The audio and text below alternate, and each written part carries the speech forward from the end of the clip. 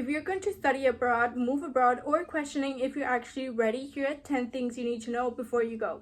I already lived in 3 different countries and I'm 19 years old, so this is very normal for me. Okay, so point number 1 is spend real quality time with your family and friends before all the busy stuff starts. Moving is a very stressful time and you want to have time planned ahead of it, but you also want to pre-phase of moving and studying abroad.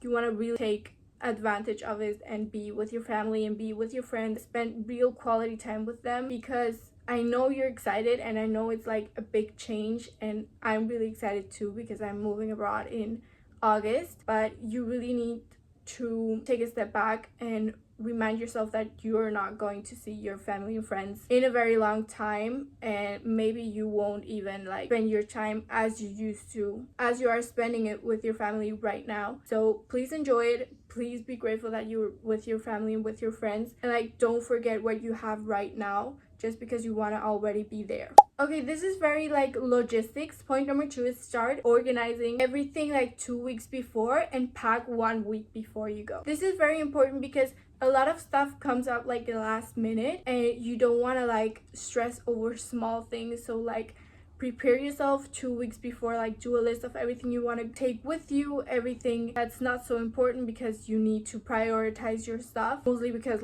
of space and obviously weight. So I would recommend doing a priority list and saying goodbye of at least 5 things, because you don't really need it. Even if you're moving abroad, you can buy most of it, or it's just emotional attachment to that thing, which is not really important. Start organizing, start thinking this is what I want to take with me, this is what I don't really need, this is what I'm gonna pack with that or in that suitcase, whatever, and actually start packing 1 week before, because with everything that's going on and that will happen, you wanna have a lot of time ahead. You want to be prepared, because they're gonna come things up oh my god, I forgot that, or this is missing, or what do I do with this, and you want to avoid all of that. And one of the most important things, having your stuff already packed and done, you can take your mind off of that. Okay, point 3, open a bank account in the country you're moving to, and if you can, start already putting some money in the bank account. For example, I'm moving to Spain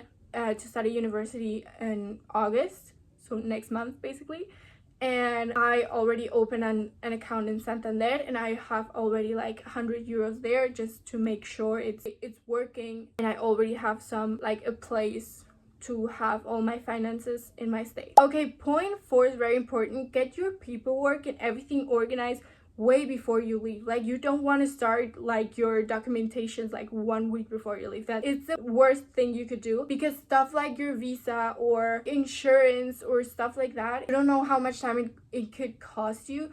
So really be prepared months before you go. And obviously it depends on the country you're going. It depends on the specific paperwork for your country. For example, if I was from the US, I would have to get my visa appointment if I want to move to Europe. But I'm European, so I don't have to do that. But I'm applying to a German scholarship, and that takes months. So I started that whole process a year ago. So you have to really be prepared to wait a lot for your documents. The hard stuff is not actually getting your documents, it's the wait. Okay, number 5 is very specific, but if you're moving to a place with different voltage, be prepared for that. For example, hair dryer, hair straightener, chargers, everything. You have to remember that if you're again, the example of if you're from the US and moving to Europe, the voltage is different, and the adapter is different. So you can get an adapter, but you have to be careful that the voltage is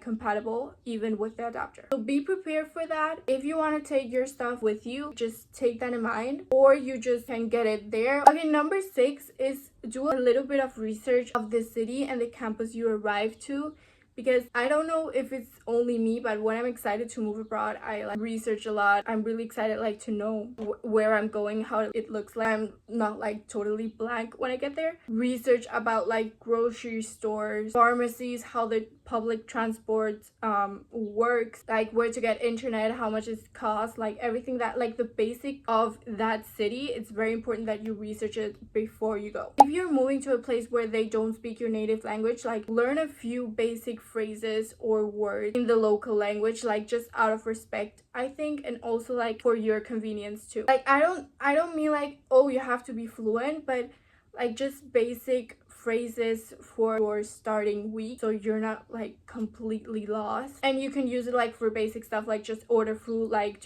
directions, transport, whatever. Okay, now are the emotional stuff. Like number 8 is be aware what you're doing right now, your daily routine, you're doing it for the last time in a while. I don't know if you're like returning, but I'm not returning. Like I'm studying abroad and I'm moving abroad, like 2 in 1. So everything I'm doing right now is like for the last time. So I don't want you to be sad, like depressed, but just take into account that you have to really enjoy the time you are in right now, because I'm personally super excited to go. I also need to remember that I need to enjoy this time right now with my family and my friends, because it's gonna be the last time in a long while, or like forever. Number 9 is very important. Like start shifting your mindset to be more open. This experience of studying or moving abroad is really rich, and you really want to take advantage of it. So be open, like say yes to things, like learn the language, eat their food, study their culture, but meet as many people as you possibly can. Like really make an effort all of your stay, not only the first few weeks or months, to meet